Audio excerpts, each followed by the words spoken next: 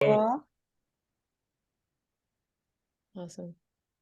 So it is 7:01. I know people might still come in, and it looks like I have it set up that I don't have to let them in, they just come in. I'm not sure how I did it. Usually it's the other way, but so people will just show up as we're going, which is totally fine.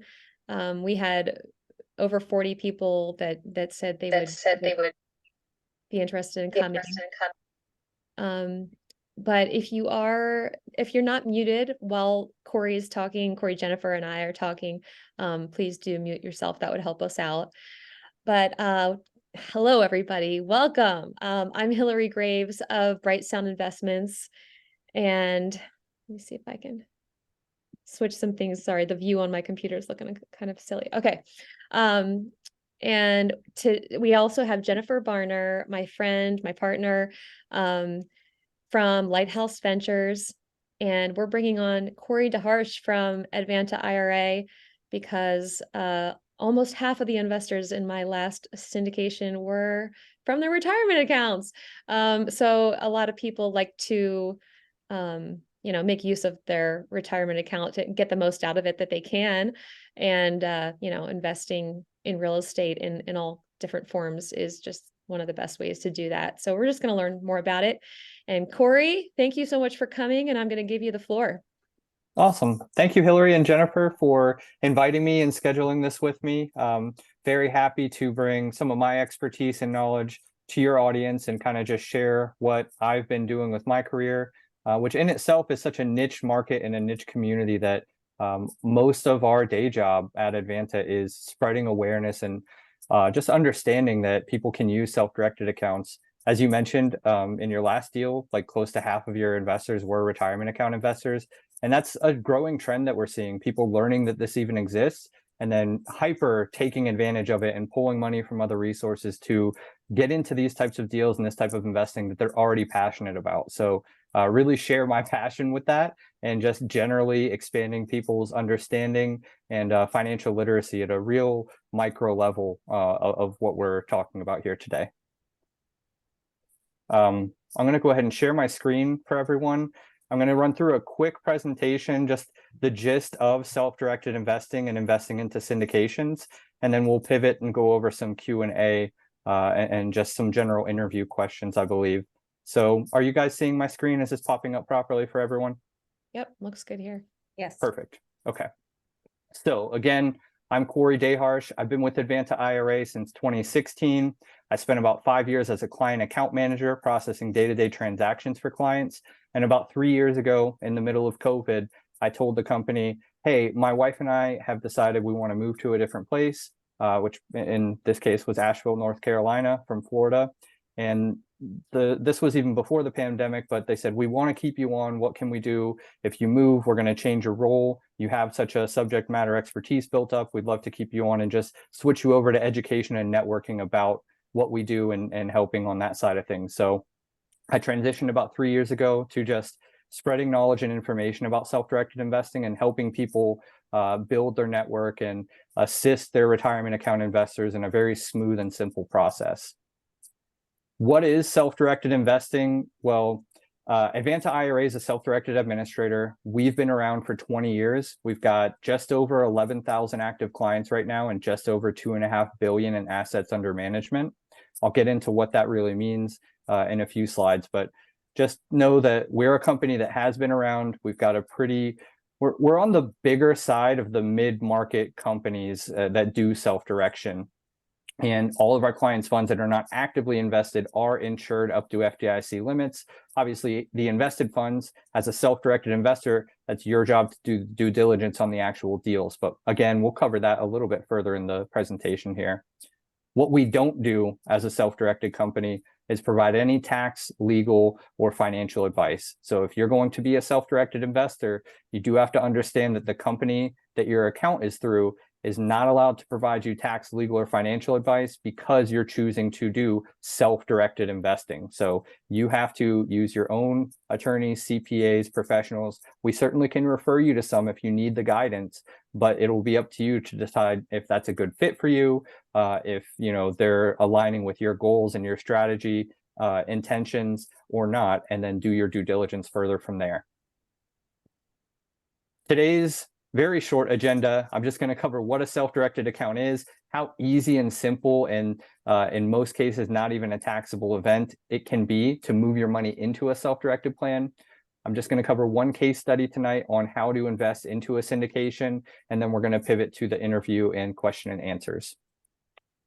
So a self-directed IRA is an account that you can invest into anything you want to, as long as it falls within the IRS rules. The IRS rules just state with an IRA, you cannot invest into a life insurance policy or hard to value collectibles like antiques, fine wine, artwork. So if it's outside of those specific investments, you can hold it in your retirement account. You just might have not known so.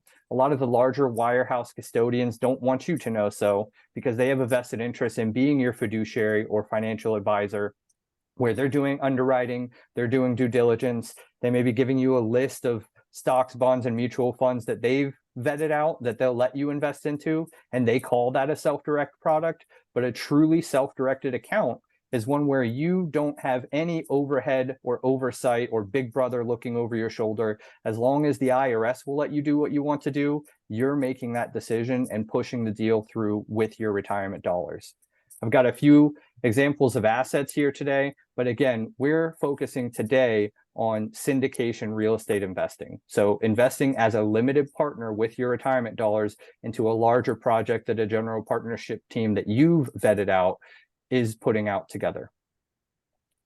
If you've not heard about self-directed investing, that's very common. Only about 4% of accounts in the US that are retirement accounts are self-directed. That whole market is really hovering about $40 trillion over the past few years. So only about 1.5 trillion of the 40 trillion in IRAs, 401ks, employer-sponsored plans are being self-directed. So again, expanding the knowledge, just sharing the information and the expertise that we have in the industry really helps other people learn whether it fits for their needs and their goals or not. At least they can share the information further. Hey, it might not fit for me, but I've got a cousin that's really into syndication investing. So I let him know, and then it builds and snowballs from there and lets people take more control of their retirement money. All of the different plans you're familiar with can be self-directed. A question I get all the time is, oh, I see on your application traditional or Roth, is that a self-direct account? Yes, we are a self-direct company, so all the accounts we offer are self-directed accounts. Most people are familiar with traditional and Roth IRAs, but if you're a small business owner or self-employed, a simple or a solo 401k plan might fit your needs. And then we have health savings and education savings accounts as well. If you're someone with a high deductible health policy or a young one in your life that you'd like to set aside some money for their educational expenses. So those are all the different plans that can be self-directed. Now, why do people choose to self-direct? Again, it's a new source of capital if you are already investing into syndications and then find out you can use your retirement dollars into a syndication deal. One specific point that I'd really like to make tonight is that if you're trying to get into a syndication and you don't have enough in your savings, a lot of times a syndicator will let you, for their purposes, partner your investment of your individual self with the investment of your retirement account, so that between those two investments that you make into the deal, you're coming up to a total, whatever the minimum might be for that deal, or even exceeding the deal's minimum. So just a real rounded example, let's say a deal has a minimum investment threshold of $100,000, and you've got 75 in your savings account and 30 in your retirement account.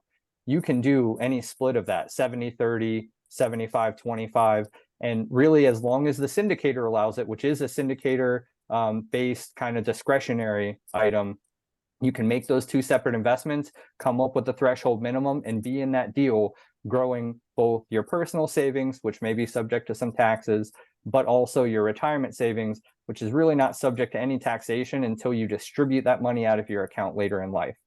And that's only if it's a tax-deferred account. If you're making investments with a Roth IRA or a Roth component 401k, it's completely tax-free income you're generating.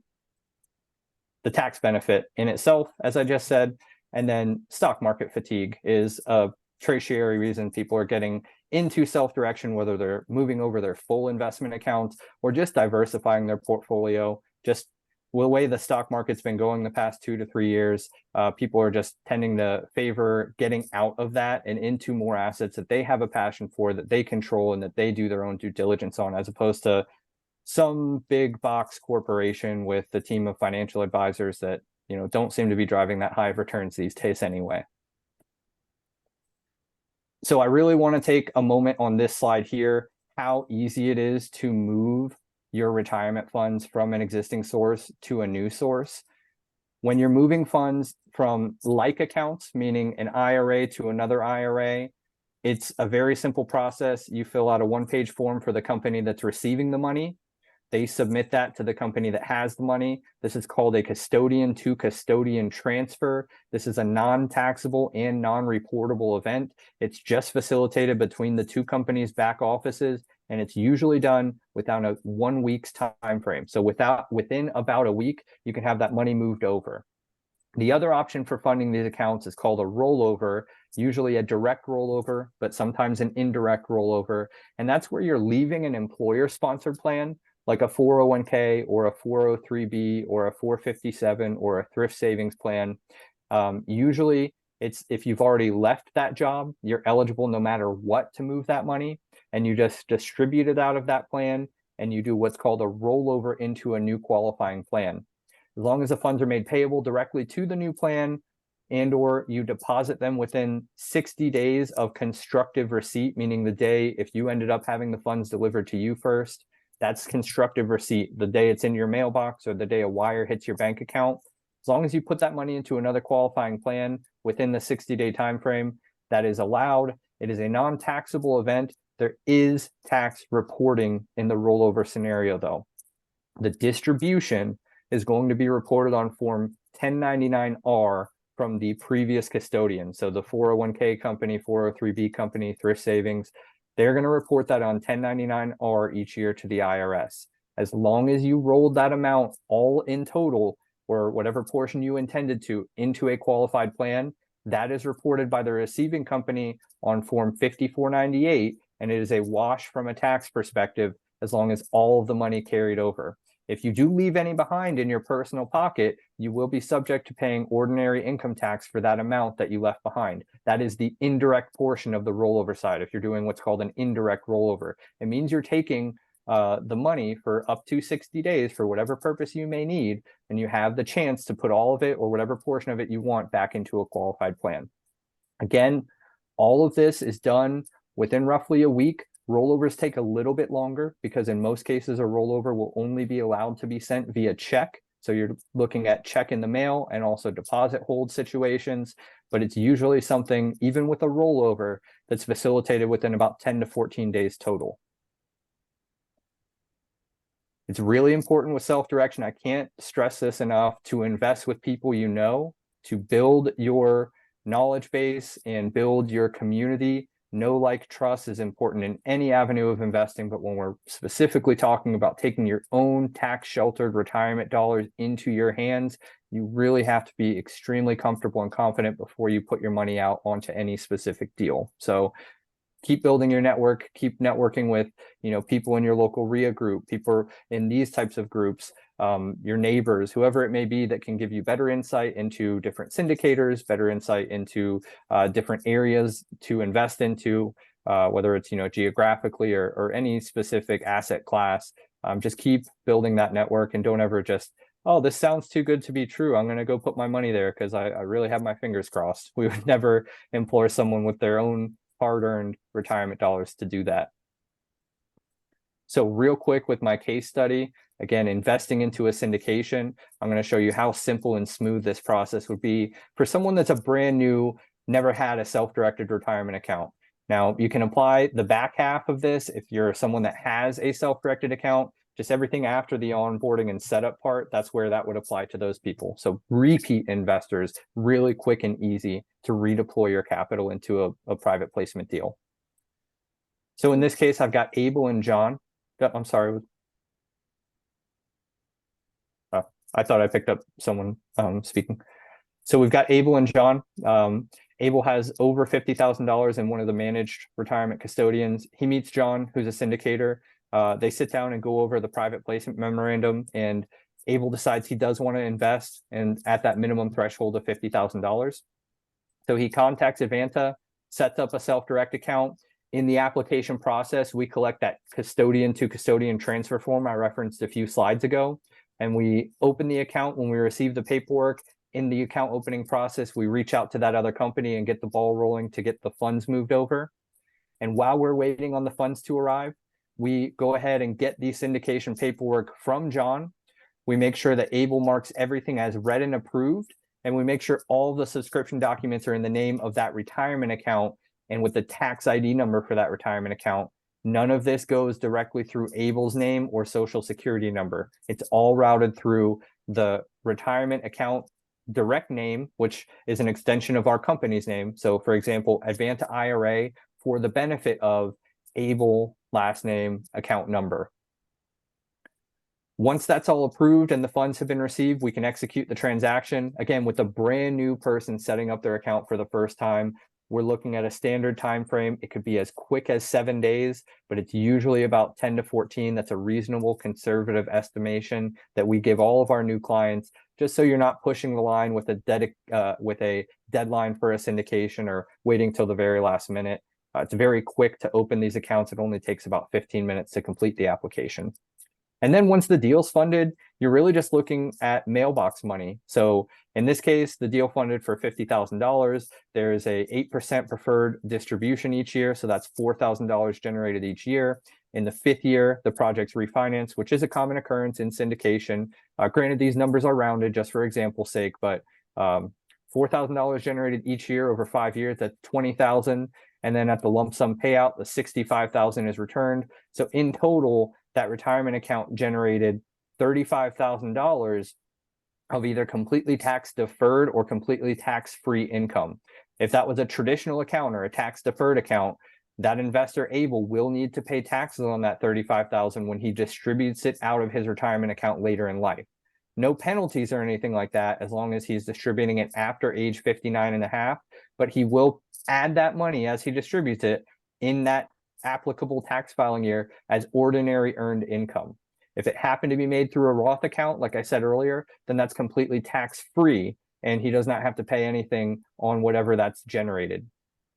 So rounding home here, I just alluded to it a second ago. It only takes about 15 minutes to complete our application. You can usually do it via DocuSign after I just find out where your funds are coming from, basically what type of account and what company they're coming from. I'll set up and send a DocuSign out. It's a really quick turnaround there. We get your account open, we get it funded, and you can invest in as soon as 7 days after that application's been turned in. I keep saying 7 days. Let me just really quickly clarify.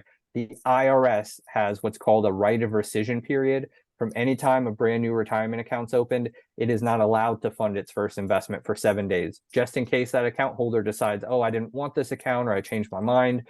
They've had experiences in the past where someone did that, and it's way too hard to unwind an investment that's already been funded. So for that reason, they have that right of rescission period in place.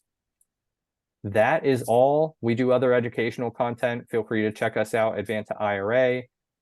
Here's my contact information again, which I'm sure we'll share with you guys. And that's it. I'll stop my sharing and we can turn to the next portion of the interview. Wait, So quick. that was awesome. Do you mind if I talk, Hillary? Yeah, of course. Yeah, go. Okay. Well, let me just give a plug real quick for you, Corey, because I use somebody else and they'll go nameless, but they are not smooth and they don't work as quickly as you all do. And the very first time I worked with you all and I found how quickly you turn around and allow people to start investing with you, I was blown away. It'll take me 3 weeks from start to finish with an IRA account that I already have with a different custodian to actually fund my investment because I can't ever get them on the phone. And it's an exasperating experience. And so knowing that I've sent lots of people to you and people are always raving about how quickly you respond and you fund their investment. I've seen in as little as 3 days. So it's really kind of miraculous how quickly you all have a turnaround policy and you're reachable via phone. So I just appreciate you all so much, which is why Hillary and I wanted to have you on as the guest. I've been using my IRA since 2015, and to be able to invest in other people's syndications has really been just really profitable for our family. It's given us peace of mind to be able to know that we've diversified our own portfolio in something other than the stock market. And it's given us the freedom to really take our eyes off of it and give it to somebody else that's established and a well-known operator and go over and do something else. And I do want to also point out that if you are an operator, which most people in this room are, you can't invest your own IRA dollars in your own deal. So it's really important that you get to know everybody in the room, because they might have a deal and you might have funds in your own IRA that you want to diversify and put it in somewhere, but you can't do it in your own. So who better to do it with than other people that already have the experience like those in the room here?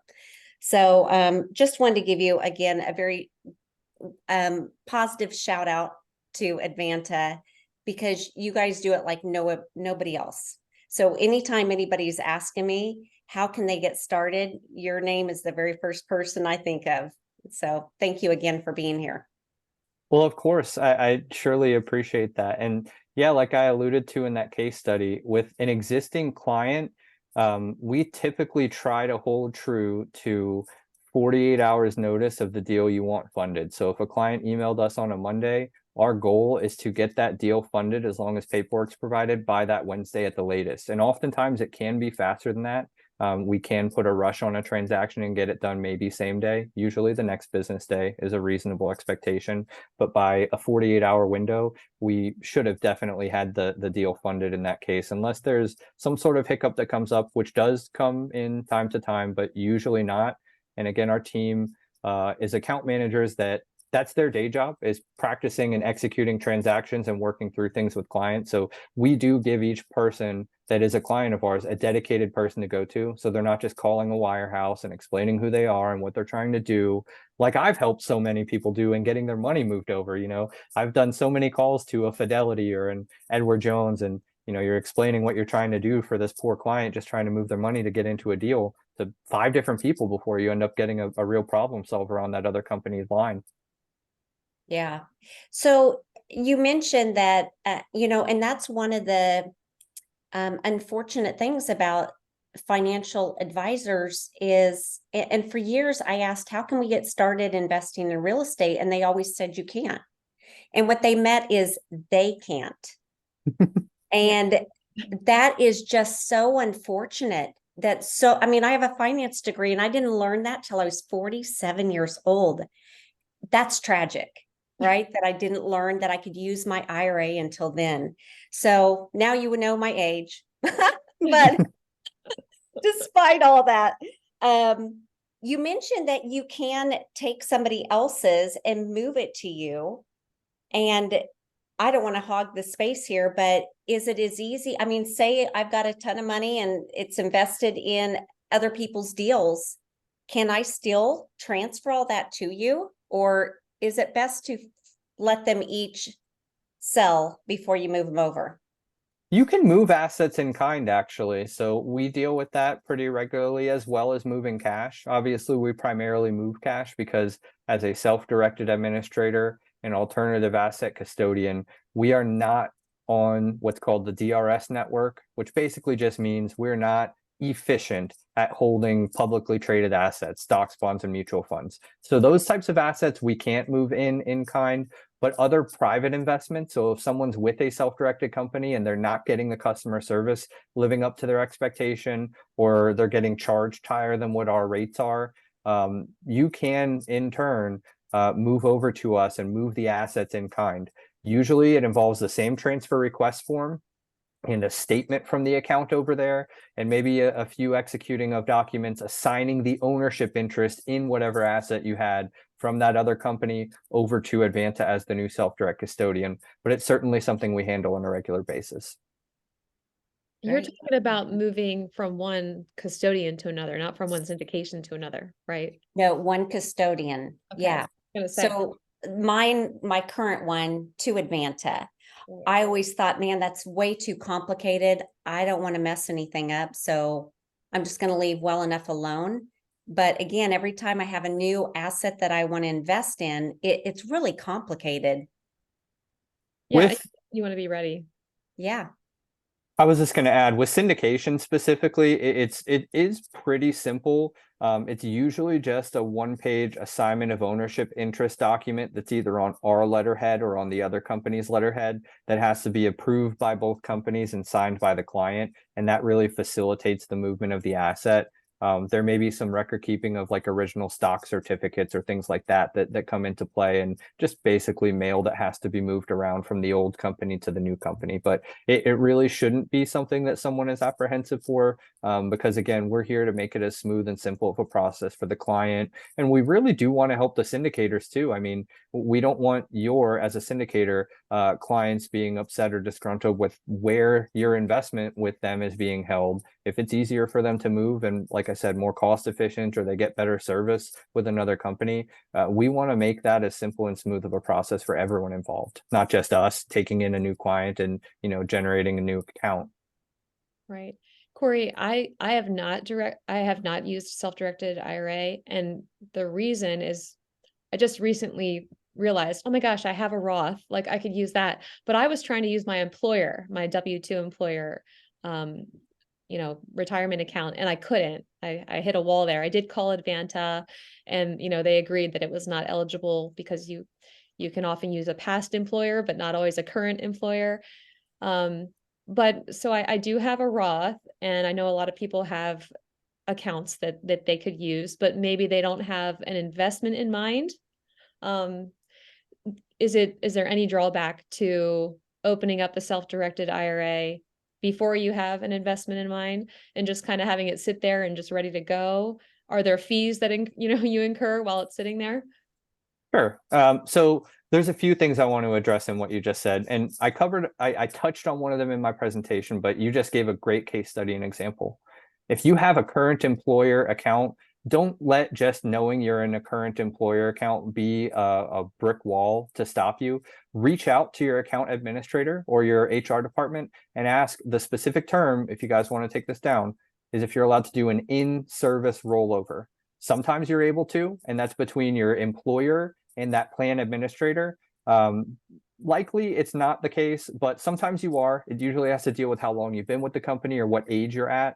But an in-service rollover will let you stay employed and stay in that employer plan and break off a leg of it to go do self-directed investing. Now, pivoting to the other part of Hillary's question, when you set up a self-direct account, specifically with Advanta, but I think for the most part industry-wide, because we are alternative assets administrators and self-directed custodians, we typically cannot invest your money on your behalf. So it will sit in a non-interest-bearing trust bank account, again, as I mentioned at the top, insured up to FDIC limits, but it's not going to earn for you. So whether you're setting up an account and just moving over some nominal amount to get the account started, we don't have an account minimum, but you do have to fund it. So, whether that looks for you like $1,000 or $10, just something sitting in the account so it's not a zero value account, you can definitely do that. The cost, as you referenced, I believe the cost for a cash only account is just $25 per quarter.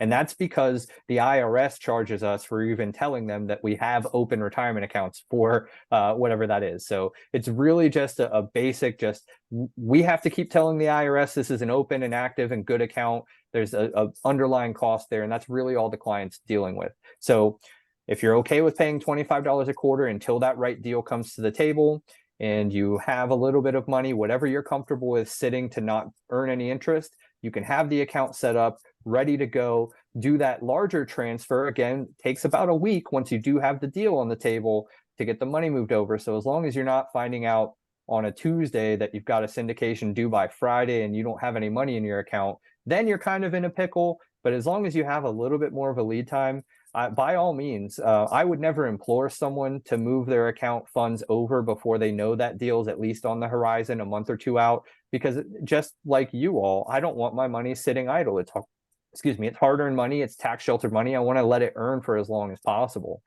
So that's part of my job is, talking through the strategy with people, talking through making sure they use their own discretion, but with the, foresight in mind of what's possible, what's not possible, what the timeline to get things moving will be, so that you can really act as fast as you need to when the deal's right. Yeah, perfect. So that does speed up the process a little bit, and you don't have to put much in at all. Did you say 1,000, or you said there's no minimum? We don't have a minimum. I was just setting examples of like dollar figures I see people just fund an account just to get it started with. It could be $10, it could be 1,000, it could be 100. It really, whatever that customer is comfortable with and how much they can have sitting idle, knowing it's going to be labeled. You'll have an online login. It'll be labeled as undirected or uninvested funds, and it's not bearing any interest. Right. Okay. Okay. Perfect. Yeah. Thank you. What Of course. about a K1? Should people expect a K1 when they're investing in a syndication using their IRA account? They do still receive K1s. So syndicators will send us K1s. We typically send an email to the client to notify them when the K1 has been received, and we save it on the file for that investment for that client. But a K1 is more so a historical representation of the investment. What we actually need, and when we receive K1s, usually the intent behind that is that they're trying to provide what we require as a fair market valuation. That's an IRS requirement. Once a year, the IRS makes us, as the administrator custodian, tell them what the value of each client's assets are. So a lot of times people will provide a K1 insinuating that that is a value, but it's actually not able to represent the current value because it's a historical report. So separate from a K1, we also, at least once a year, collect from the syndicator or from the client or from an attorney or tax preparer, just what that client's current value of investment is, whether that's a price per share, a price per unit, an overall figure. As long as it's a fair market value form that we provide with a dollar amount listed, a date for that dollar amount as close to December 31st, and a signature from the client, ideally also including a signature from a qualified valuator, that's what our extent of reporting and record keeping to the IRS is for these accounts and these types of investments. We have a couple of questions in the chat, so I'm going to read some of those. And at this point, anybody on the call, please feel free to put a question in the chat, because we're at that part of the interview. We've reached that section. So is there a way you can use funds in an SDIRA for earnest money deposit on a JV deal, joint venture deal? So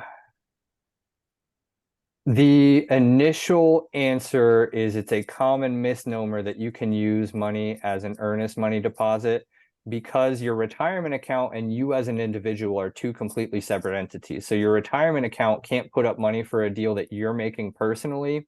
The additional caveat to the example or question that you just posed, Hillary, is that this structure is into a joint venture deal. So really, that opens it up a little bit. I would need to know more about the structure of that joint venture agreement and see what the intention is basically the retirement account being the cash partner and the other partner in the joint venture bringing either physical real estate to the table or maybe construction expertise and construction, costs to the table. So in that scenario, in theory, it's probably leaning towards no, but depending on how the joint venture structure is, that retirement account can be involved. But again, it's the retirement account's investment, not that individual's investment. So it'll have to be on paper as the retirement account making that joint venture deal, not Jane Doe or John Doe making that deal using their retirement funds in the deal. Just as a shameless plug real quick, my colleague Larissa and I believe 2 months ago or so, did a webinar, so you can find it on Advanta's YouTube page, on the topic of the webinar is using your IRA as a down payment on real estate. And it really covers a lot of the nuances of that. It's Again, it's not something you're technically allowed to do, but we talk you through the structure that lets you accomplish the same goal within the IRS rules and regulations. Okay, so there are ways. Because what I understand is that you can't be an active owner or an active investor and use your retirement funds for you controlling a deal, but you could that's why being a limited partner in a syndication is one of the ways. So maybe Brad's question is there are ways to make that happen and be an owner, but maybe not an active participant in the deal. And so on those same lines, I wanted to ask you, being a private money lender, I know I've heard this at my local meetup. You can be a private money lender for somebody else's deal, whether it's a fix and flip or a buy and hold. But is there anything else? Is there anything different about doing that? Like, does the process change? You're getting the money back sooner. Does it keep rolling into the account? How does that work? So the money is always going to flow in and out of the retirement account. It should never be going on a side path to the investor's personal hands or anything like that for IRS documentation and distribution reporting purposes.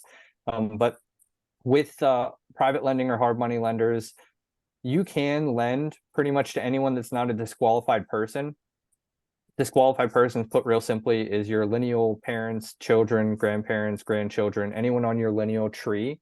So if it's a family member that's a sibling or an aunt, an uncle, a cousin, you can technically lend to them. If it's not a family member, then they're clearly not a disqualified person. You could definitely lend to them. It's up to you as a self-direct account holder to decide, am I doing an unsecured note where it's literally a piece of paper with a borrower's signature on it and that's the only thing out there? Or am I going to go have something recorded in the county or local jurisdiction as a security instrument? To your point, Hillary, that money flows back into the retirement account directly, can be redeployed. That loan, even without redeploying as a new loan, can be modified without being matured and maybe additional capital issued out or the maturity date extended further, the interest rate changed. With self-direction, you're really setting all of the precedent here with your borrower.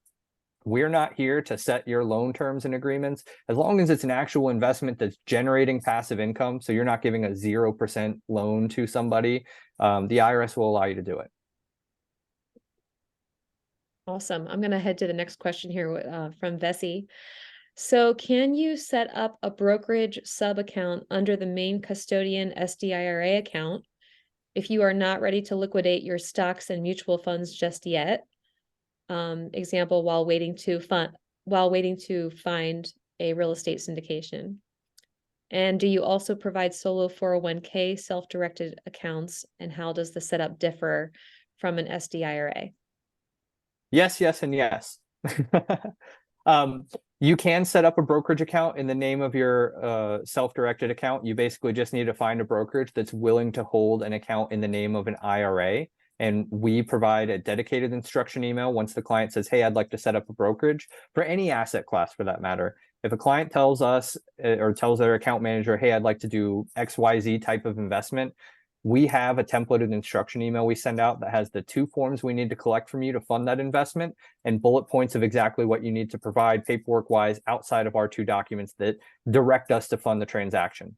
So option 1, they could certainly go find the brokerage that's willing to own an account in the name of the IRA and set that up. Option 2, which is a common option for investors, is setting up what's called a checkbook IRA or a single member LLC to route their investments through. And then in the name of that LLC, they go ahead and set up a brokerage account in that LLC. That also is something that a lot of cryptocurrency investors are using right now to hold cryptocurrency within their retirement accounts, if anyone's interested in that. And the third component there was Solo 401k. Solo, yes, thank you. Yes, we do offer solo 401ks. Our solo 401k is, again, it's a true solo 401k, so it is only applicable or qualifying for someone that's generating self-employment income tax. And it doesn't have to be through an S Corp or a C Corp. It can be that or an LLC, but at the very minimum, they have to be a sole proprietor generating self-employment income tax to qualify to set up a solo K. They cannot have W-2 wage earners in that entity, whatever that entity is that's being sponsored, but their spouse is allowed to participate. So they can definitely set that type of plan up. The good thing about that plan, as far as a setup or structure, it's very similar to the self-directed IRA accounts. The only difference from a cost perspective is leasing our 401k plan document. And depending on what level of record keeping you would like us to do for your solo 401k, we offer 3 versions of our solo K plan. We offer what's called a do your own solo K, where you just lease our plan document and you are your own custodian, trustee, and administrator. You set up your own bank account. We never touch your retirement dollars. You just use us as a quote, like a big brother company in that case, to lease our 401k plan document to you. When we update it every year through our attorneys and our legal guidance, we update that straight through to our clients. And then we have 2 record keeping options: a standard one where you're having an account just like IRA account holders, and we're processing your transactions in the name of that 401k. And then we have an enhanced one where we do additional breakdown of what in your account you have as traditional and Roth funds. Otherwise, in the 2 previous versions I mentioned, you have to differentiate and delineate with your own CPA or bookkeeper what portion of your 401k is traditional and what portion of your 401k is Roth, which a lot of people may not know. You can have tax deferred and post-tax money in a 401k plan. Our solo K definitely allows for that. Our solo K also allows for what's known as a qualified participant loan, where you're actually allowed to borrow against your own 401k plan and use money for your own personal purposes. And yeah, the solo K plan's a great fit for those individuals.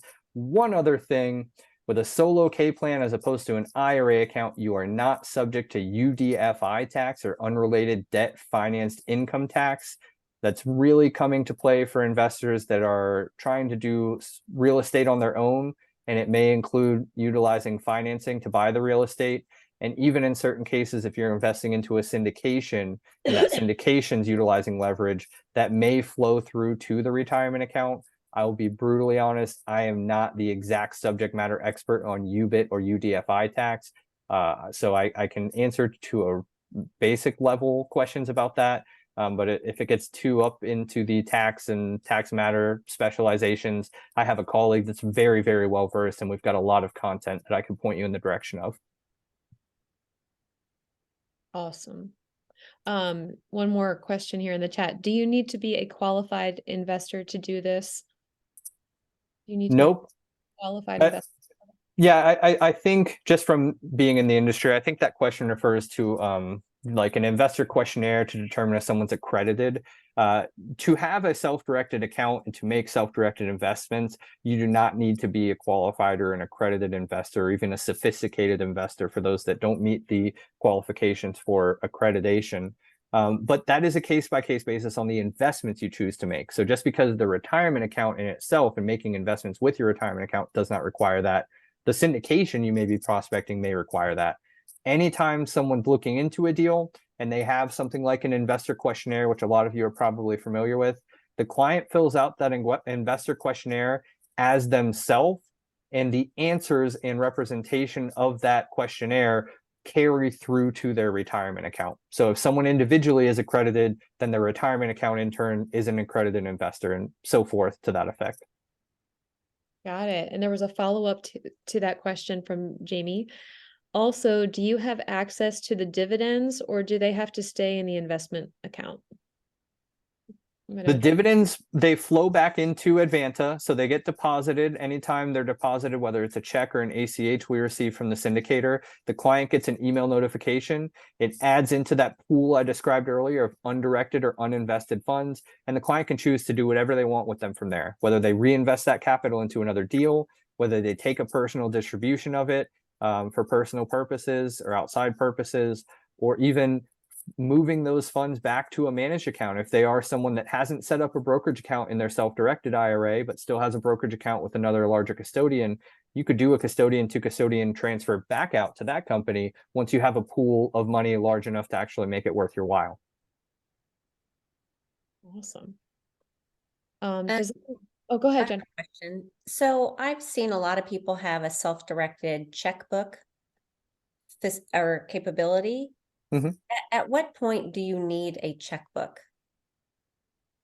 I don't really think there's really a threshold or a point where you need one. A lot of real estate investors that are doing fix and flips or smaller, like single real estate deals, choose to do checkbook control. A lot of people that are doing tax deed and lien investing choose to do checkbook control. And those are both for the purposes of more readily accessible funds or being able to execute deals on the fly. And I mean, you gave us credit earlier, Jennifer, on how quick we do get things turned around, but sometimes people find deals over the weekend and they just can't wait till Monday morning to get the paperwork started and so forth. So it's more of not a when or how, but a who is a good fit for a checkbook LLC. It's those really heavy entrepreneurial driven investors that understand there is more onus on them to not conduct prohibited behaviors, but also more flexibility and freedom for them. Just a quick anecdote that I like to share. I had a guy with a checkbook LLC and some real estate investments call me one day and ask about how to get maintenance done on a go-kart that he bought, like a golf cart that he bought, so that he could go through his development and go look at the prospect property he owned in his retirement account. And he can't, you can't have that. He never told us because he had the checkbook LLC, and you don't need to tell us every time you do something. But that's why we're here as a resource. So as soon as he brought it to my attention, I had to say, okay, you can't have that. That's against the IRS rules. They're not going to come after you for it, but you have now expressed that you did this potentially in negligence.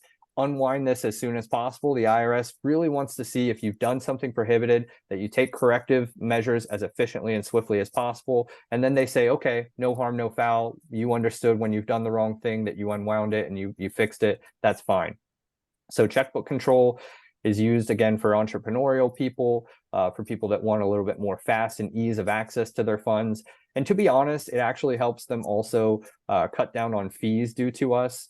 I'm not going to get into the specific numbers of our fee agreement, but I will just share our fees are billed either on a flat rate per asset. So each specific asset you hold is billed at a flat rate per year, or billed on a total value of your account basis, which is reviewed on a quarterly increment. Whatever bracket you're in each quarter is the equivalent amount we charge you. So for those that are on the flat rate per asset that structure all their investments in through an LLC, they're only being billed by us for one LLC on the books, even though within that LLC, they may hold 3 different properties, 2 different notes, 2 syndications. They could hold 10 investments, and Advanta is only billing them for one asset, which is the LLC in itself. They're doing all the legwork. They're executing the syndication paperwork in the name of the LLC. They're sending the money out of the bank account that they've set up for the LLC, but they're not being billed for anything except the LLC in itself in the account. Yeah, and like my first thought is like, oh, okay, there are fees, right? But there are fees through my financial advisor when he places my funds into stocks. So it's really Yes. not much different. Okay, does anybody else on the call, is anyone waiting to ask a question out loud or would like to ask a question out loud? Anything else you wanted him to address? Yes.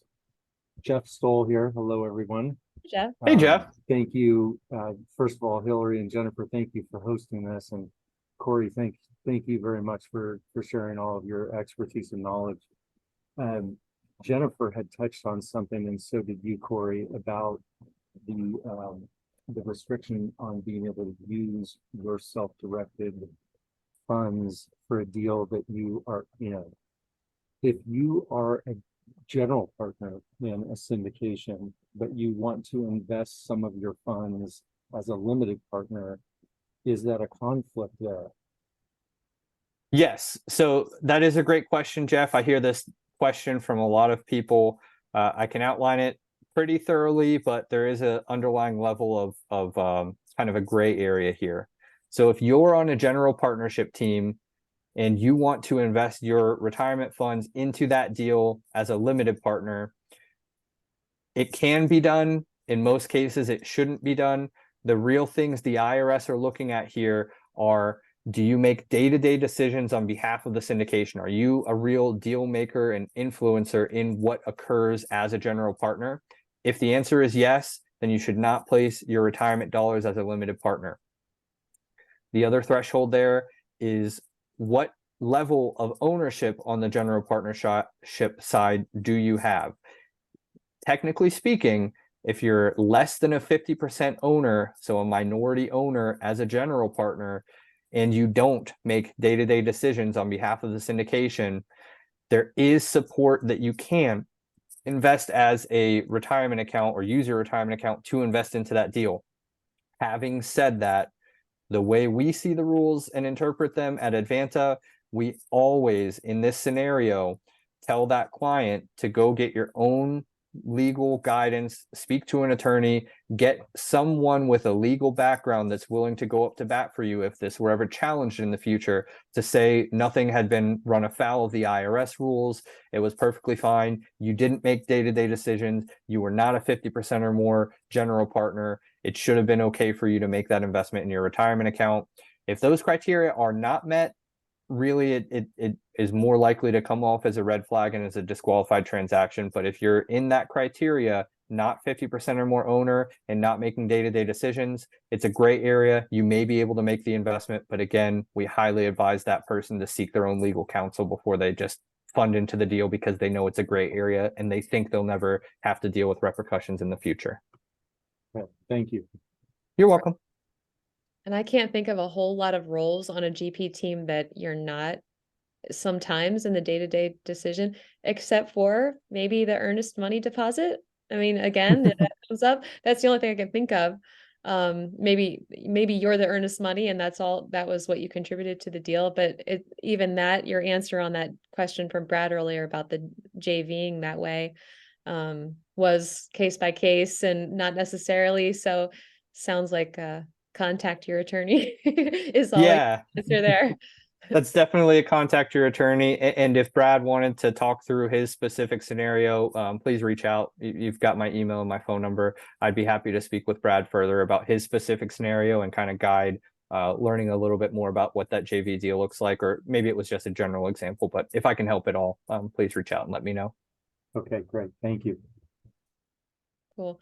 So, Corey, where can we get in touch with you if people want to reach you? And, you know, this is my takeaway from this call too, was like, wow, there are so many ways to get into the weeds because there are so many specific circumstances that people find themselves in that you just kind of have to talk to a representative and get your specific questions answered sometimes. So that's what I'm gonna do. When I try to invest my Roth. But how can they reach you? Do you want to put something in the chat? Yeah, I'll drop it in the chat. The best ways to reach me, I have a direct line that rings straight through to a cell phone here that I always have at my desk or on my hip, or an email. I do have a LinkedIn account and I have a professional Facebook account, but I'll be honest, I'm probably the least tech savvy 32-year-old in the world. So I don't tend to keep up as well with those as some of the other people in my age range and generation. But you can reach me on there. I check it every day, at least once a day. The best way to reach me and the quickest way to hear back from me is shooting me a phone call or an email. I'll just say the phone number out loud as I find the chat box to type it in.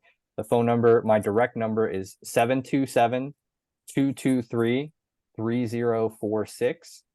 And my email address is just my first initial last name at advantaira.com. That is CDAHARSH,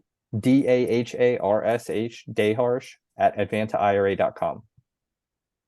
And I'm going to quiet my mouth so I can use my fingers to type. I can't do both at the same time. I know. I understand that. Yeah, that was great though. Thank you so much. That was a wealth of knowledge. Some of it, I'm not gonna lie, was like, it was a lot. It was a lot. So I'm glad there are people that deal with that. You know what I mean? The people that do that all day long and that they know how to do that. Because yeah, just even being a syndicator and having people wanting to invest with their IRA, I was like, yeah, call call your custodian. I know people do it, people have done it, and yes, we accept it. And it's great to know you accept that, you know, you can combine your IRA plus personal funds. But yeah, aside from that, I call Advanta, call Corey. That'll be my answer from here on out. But thank you so much, Corey. And thank you, Jennifer. Yeah, thank you, Corey. Thank you, Hillary. Yeah, you're both very welcome. sorry, Jennifer, I didn't mean to cut you off. I Oh, apologize. no, just thank you so much. Really appreciate you. I Awesome. just I tend to really love to express what I've built up and share it with people because I didn't come from a background with having a financial literacy kind of person in my household. I started in high school taking accounting classes and put myself through college to get a business degree and close to an accounting degree, but decided I didn't want to be an accountant. So I stopped my senior year of the double major. But really like the conversation that Hillary just had and saying like, I'm interested, and a lot of it went over my head. So I really want to set up a separate call. That is what I spend most of my day doing throughout the week, is connecting with people on these types of meetings and then diving in with a specific person about their specific needs and what I can help them with on a more direct one-to-one call. So I really enjoy it. I really have a passion for helping people just know what else is out there and how they can better prepare themselves. So even if you're someone that just wants to have the conversation and don't think that it's going to work out, or it doesn't, a self-direction isn't a good fit for you, at least spreading that knowledge and understanding, like I said at the top of the call, helps you maybe find a friend or someone else that you had a really good experience, and whether it's a good fit for you or not, you can share it and pass along this knowledge. My real goal here is to build this industry and build a basis of knowledge to get that number of 4% of US-based retirement accounts self-directing closer into double digits and bigger figures. And, you know, for lack of a better term, out of the fiduciary's hands, where people aren't controlling their own money and they're seeing it dwindle away. Yeah. Exactly. Yay. Mic drop there at the end. That's right. Awesome. Well, thank you everybody for coming. We did record this, so we'll send it out to you guys. Thanks, Corey, and I'll see you guys Thank on you, the next one. everyone. Thank you so much. Thank you. Yeah. Thank you. Thank you. Have a great evening, everyone. Thank you. Appreciate you for Bye-bye. having me. Thanks, guys. Of course.